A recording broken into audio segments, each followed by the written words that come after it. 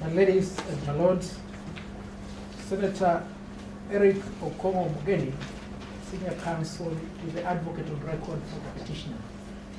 He has been on record since the 29th of August 2018 when this matter was filed. Senator James Orengo, Senior Counsel, is the lead counsel in this matter. He has also been on record from that date. The request by the DPP to bar the two counsels from appearing is based on the claim that there is a conflict of interest. That conflict of interest is alleged to arise from the appearance by the two counsels in the Senate committee in which it is claimed the procurement of Queen's Counsel Professor Qureshi was discussed. The facts upon which that application is made are found at paragraph 9 and 10 of the affidavit of Counsel Lillian Ogwora. She deposed that the DPP was asked a number of questions relating to the engagement of the QC. And at paragraph 10, that the two counsel acting on behalf of the petitioner did actively participate by asking several questions to the DPP. Now, it is our humble submission that the claim of conflict of interest is not based on any factual grounds, neither is it supported by the law. If I may take the court to the record of the Hansen, in particular at page 11, the record is attached to the affidavit of Lillian. At page 11, the question was posed by Senator Hika to the DPP. Page 11 of the Hansen report.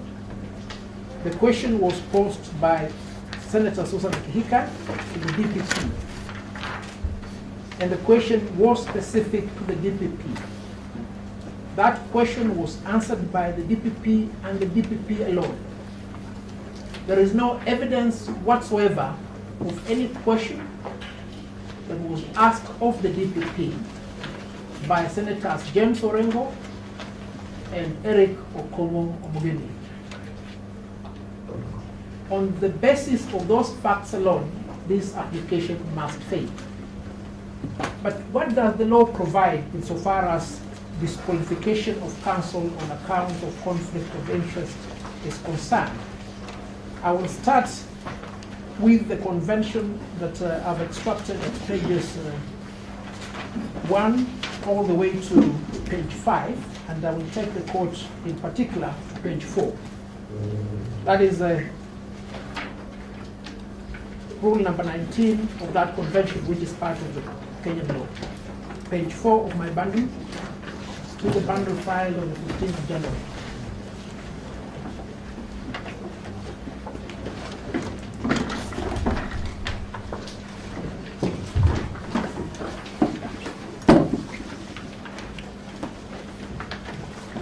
My ladies and my lords, if I may please take you to page 4, I will be referring to rule number 19. And I will start reading at the point where it's highlighted. No court or administrative authority before whom the right to counsel is recognized shall refuse to recognize the right of a lawyer to appear before it for his or her client unless that lawyer has been disqualified in accordance with the national law and practiced in conformity with these principles. Now, the law that governs the conduct of advocates in the Advocates Act. The Advocates Practice Rules provide at Rule 9 for one scenario in which an advocate may be disqualified, and that is in respect of the question as whether he may be required to give evidence. Now, pursuant to the Advocates Act, the Law Society has made the Code of Standards of Professional Practice and Ethical Conduct. These I've extracted with effect from page 9 of my authorities, and I will take the court's straight to the point, which you'll find at page 51. 51, you will find conflict of interest defined. And this will be at rule number 96. And conflict of interest is defined thus. A conflict of interest is an interest which gives rise to a substantial risk that the advocate's representation of the client will be materially and adversely affected by the advocate's own interest or by the advocate's duties to another current client, former client, or third party. Now, in this case, we're dealing about a third party. The issue of client is not there. Now, at page 52, I've highlighted the item 99B in the manner in which that advocate is supposed to conduct himself.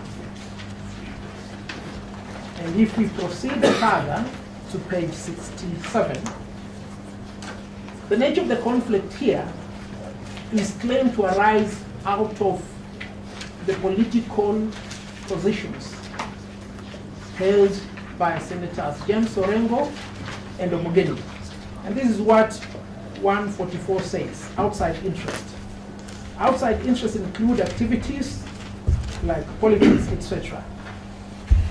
And the rules provide further at item 147 that notwithstanding the political position taken by a council, the standards upon which his conduct shall be examined are those of his professional body. Now, having ascertained that the two, though politicians, are advocates in the first place, then they can only be disqualified if it is proven within the known standards of conflicts of interest that there is real mischief in the two of them continuing to appear in this matter, yet one is a member of that committee and one was an invited guest in that committee. My lords and my ladies, case law on this issue has determined this matter. And permit me to refer you to the decision which I've extracted at page 78, henceforth. That is the decision of John Okello versus Tolwo Chuma. It appears as number 9 in my list in bundle of authorities. And this case is peculiar because it related to the representation of Tolwo Chuma by Senator James Orengo. And your lordship, Mr. Justice Tuyot, had occasion to determine this matter, and his determination shall be found at page 84. 84, paragraph 27, his lordship proceeded to rule thus: no evidence has been shown to this court to demonstrate that counsel's conduct this far is inherently incompatible or fundamentally in conflict with this role as a member of the Senate. And that is the very same case here. We've looked at the handset. Contrary to the deposition on oath by Lillian, there is no scintilla of evidence of the participation of the two counsels in respect of the matter they are accused of. The next decision is the one appearing as number 10. You will find it extracted with effect from page 86. It is the case of Regine Bat versus Arun Bat. Again, this concerned a member of parliament who is also a lawyer, Honorable Patrick Kaluma, and the same considerations as those applied in the previous case were reviewed in this matter. At page 90, paragraph 18, the court proceeded to determine the issue as follows. Paragraph 18, the second line.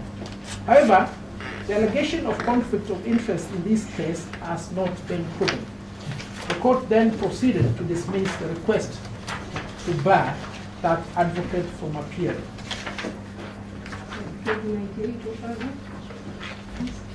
Already we are at page 90, paragraph 18. Page 90. Now, Still on that point, may I close with the submissions based upon the decision appearing as item number 11, the case of Imperial Bank versus Al-Nasir Popat. Again, a decision determined by His Lordship Justice Tuyot. You will find it at page 92 henceforth. And the learned judge at page 119 set out what is the test upon which to found liability for a claim of conflict of interest. At page 119, this is how we set it out. The test as to whether the advocate should be legally barred is whether, in doing so, real mischief or real prejudice will, in all human probability, result. Without foundation, then, we ask ourselves, what is the real mischief complained of by the first respondent? These two counsel have been on record since the matter was filed. A complaint against them is only raised when a challenge on representation on their part by QC Qureshi has been mounted. It is my humble submission that this application is a knee-jerk reaction, a quid pro quo kind of. That if you can't have QC, then you must not have your senior counsel. Such an argument cannot lie in law. My ladies and my lord, allow me to conclude with one point. We have ascertained as a matter of fact that this application is based not on an erroneous position in fact or in law, but on deliberate misrepresentation and material non-disclosure by an advocate. Two decisions upon which the court should rely to deprecate that conduct are the decisions set out under item 12 and item 13 in my list and bundle of authorities. Because of time, I will just refer to the last one, which the court will find at page 158. And this is what the Court of Appeal of East Africa had to state. Paragraph C, page 158. This he must do, that is the duty of conduct. This he must do strictly upon instructions and with scrupulous regard to professional ethics, remembering that he is an officer of the court and owes a duty to the court as well as to his client. He must never knowingly mislead the court as to the facts or the law. My ladies, my lord, the office of the DPP is a constitutional office. We need to have satisfaction that when a complaint is mounted by that office, that the complaint is not idle and that the complaint is not elevated to a fetish. That constitutional office has been put to disrepute. My lady and my lords, I humbly plead with the court to dismiss this application with an order of course. That is all.